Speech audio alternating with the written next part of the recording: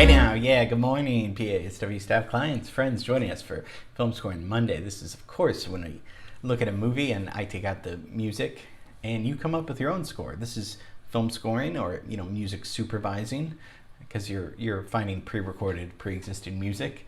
If you want to write your own score, feel free to. That's the, real film scoring part, but maybe we'll get to that level. Right now, we're having a lot of fun with this, and there's an award involved. Each month there's a gift card, so play along. It's never too late. Don't be scared. Don't be intimidated. I'm always here to help. This is a good learning tool for us, and I've been so proud of the work we've been doing for about a year for this stuff. So we had a lot of fun looking at Butch Cassidy and the Sundance Kid. You guys did a great job on Friday. I just had so much fun looking at your results. So great work, and we're going to continue to do great work with this movie today that everyone's heard of. We're going to keep it in the adventure realm for the most part. Seems like this movie just came out, but it's been 21 years. So today we're going to talk about the epic historical drama Gladiator.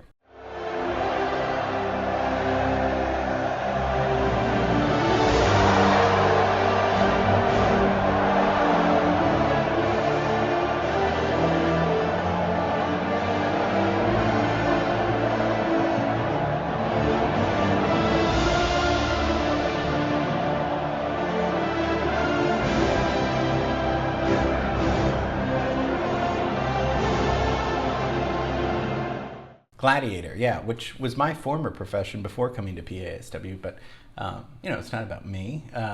Came out in 2000, directed by Ridley Scott. English film director, producer, directed Alien in 1979, which is kind of his first one, and Blade Runner, and Thelma and Louise. So he's been all over the place. Stars Russell Crowe, who was 35 when he did this, and Joaquin Phoenix. And probably the success, the script is fine, but probably the success is the graphics, but also the acting. The two of them are terrific together. So everyone's heard of it. It takes place in AD 180. Yeah, AD 180, which is, I don't know. Were dinosaurs around? No, the dinosaurs were before this, right? Okay. It's really hard to keep track of the timeline, but the movie won multiple awards. It won Best Picture, Best Actor for Russell Crowe, Best Costume Design, Best Sound, Best Visual Effects, and it was kind of, they did a lot in the 60s, a lot of, they did Cleopatra and other, we looked at Ben-Hur, other historical dramas, and I think the 90s, they kind of went through, indie films with Tarantino and Coen Brothers, stuff we looked at, and then perhaps starting with this in 2000, we went more into epic historical dramas before getting obsessed with, superhero movies. But he's kind of a superhero on this, so, whatever. We need to leave. We were at Echo Park on Thursday, so let's go to England where they filmed this. If we look at the year 2000, obviously what happens, Y2K passes without any serious computer failures. If you remember, everyone thought, the year 2000 computers were going to fail completely. I don't know if you remember that, but it was like big news and then nothing really happened. So like other movies that were out were Castaway, that was a big one. Meet the Parents, huge comedy that's gonna go on and make many sequels. What Lies Beneath comes out, one of my personal favorite thrillers. Aaron Brockovich comes out, and Julia Roberts is going to win that award and make history. But mostly people are watching Survivor. Survivor gets 51 million viewers for the first season. So what's this about? Pretty much Russell Crowe is this fighter. He's a gladiator, right? And he's this Roman general, Maximus. He's betrayed when Commodus, who's Joaquin Phoenix, and he's the son of Marcus Aurelius, who gives the power to Russell Crowe, but then that power is taken away, and Russell Crowe becomes a slave instead of being the king. And so Joaquin Phoenix takes that away. So he's reduced to slavery and becomes a gladiator, and rises through the ranks, and takes, vengeance against the murders of his family, because his family's murdered, and mostly Joaquin Phoenix is the bad guy. So to create the size of the Roman Colosseum, 1/3 of the epic landmark was built in Malta, out of plywood, and all the plaster kind of located on the island. So this was a really, they use CGI in so many clever ways. This is, I think, in a way, so much so that Oliver Reed, who's, the great actor Oliver Reed, passed away before his filming was completed. He died of a heart attack in the middle of his performance. It would have cost about $26 million to go back and reshoot it with a different actor. So instead, they came up with a plan to CGI his face in the rest of the movie. I don't know. You can't tell the difference of when they did it and when you can't tell. The fact, so they use CGI to digitally scan Reed's face onto an extra in order to finish filming. So there was an extra body with, I don't know who the body was, but then Reed's face was imposed on this body. Amazing what computers could do back then, even. So that's a good example of CGI. So what about the music? Best score, right? Oscar nominated score, composed by Hans Zimmer, who's a composer maybe we talked about a little bit, and Lisa Gerrard, who's Australian musician and singer and composer. And so the two of them wrote this score together. And Hans Zimmer was born in West Germany, and he tried formal piano lessons, but it didn't stick with him. So he's all self-taught, and he joined a band, and but said that he always had heard music in his head. And he's one of these composers that he's 63 right now. He's kind of one of these composers like Danny Elfman and Howard Shore and James Horner that blend electronic and classical music together, particularly with large orchestral scores with a lot of drums and a lot of electronics sometimes. So that's kind of the Hans Zimmer sound. So there's controversy because the estate of Gustav Holst sued Hans Zimmer. There's not an announcement of what happened, but sued him for plagiarism. So there's this Jesse Gum, I don't know who he is, but he put this video together on YouTube juxtaposing the two scores, because Holst was an English composer, and we talked about him a little bit, but his most important thing is the Planets, which is the 7 movements orchestral thing written between 1914 and 1916. So, like 90 years before Gladiator. And each movement is named after a planet. So they thought that Mars, the Mars movement, was stolen, that Hans Zimmer kind of stole that. I want to know what you think. This guy put together this video, so take a listen to see if you hear similarities.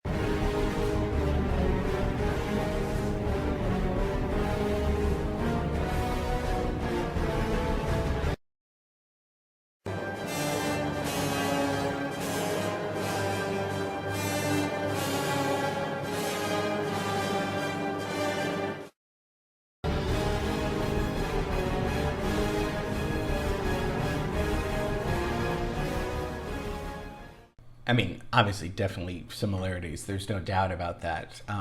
Mostly, I mean, what I hear is the ostinato, the rhythms, the rhythm of that is evident in both of them. I'm not sure if it warrants, if it's plagiarism. I don't know.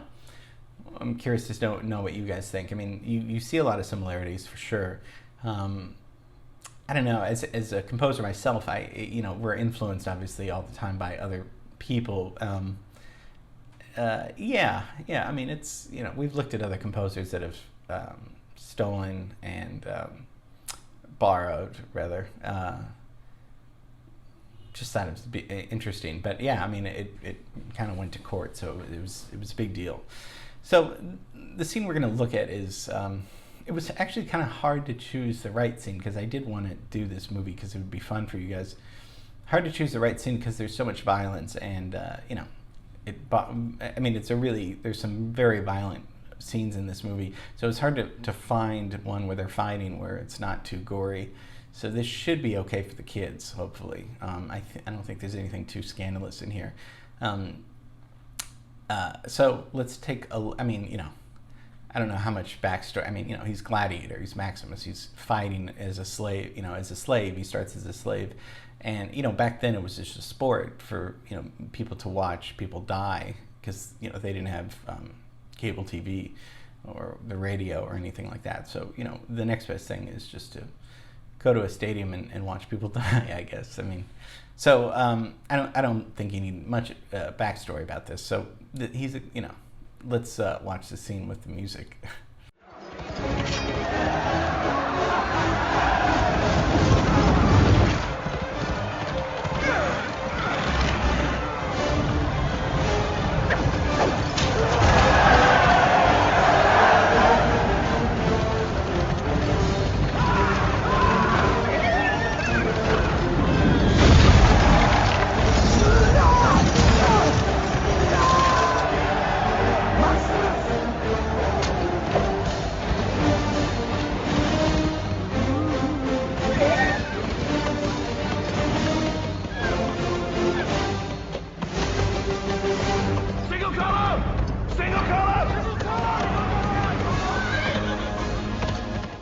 So you hear the pulsating score, the orchestral score.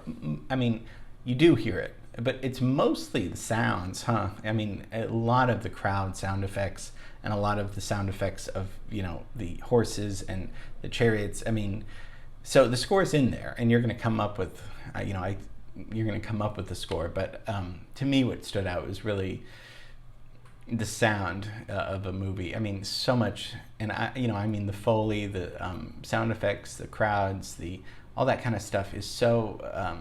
It almost is louder than the score, at least in this scene. So that's kind of what I noticed. So I mean, it'd be really funny to see it without any of the Foley or sound added. It was, because you need to be very silent on the set, as silent as you can be. So it must have been very awkward. I didn't want to make it that awkward, so that's why I did add Foley with this. So let's look at the scene without any music.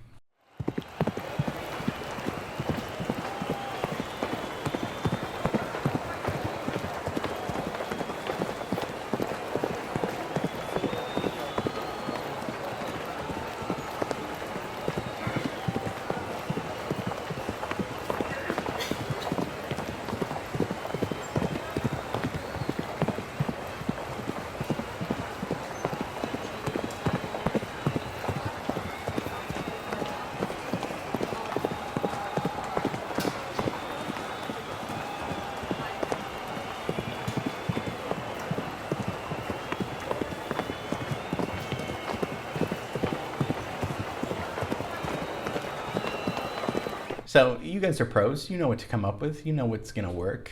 Is Italian music going to work? No. Is the Mexican hat dance going to work? No. Is a pop song? I mean, a pop song could work, but let's just stay away from lyrics. I think. I mean, just and let's also stay away from stuff that's too identifiable. By that I mean like if you send in "Hey Jude," that's just too distracting. And this is something John's helped me with you know, looking at some of these things where if something, and John's helped with, if something's too identifiable, it distracts from it, you know. So we do want to keep it a film score, you know, in the background. It's supposed to be kind of background, but noticeable. That's the problem with film music, though. Noticeable, but not too noticeable, you know, with Hollywood films like this. So you'll come up with something great. I know you will. Get it to me by tomorrow. We're going to see the results for Friday. It's going to be a Bonnie-rific, Lloyd-rific, John-rific week. I mean, we're going to have so much fun. I have so many fun things for us planned this week. So hope you enjoyed Gladiator. And I will see you tomorrow. Okay, bye.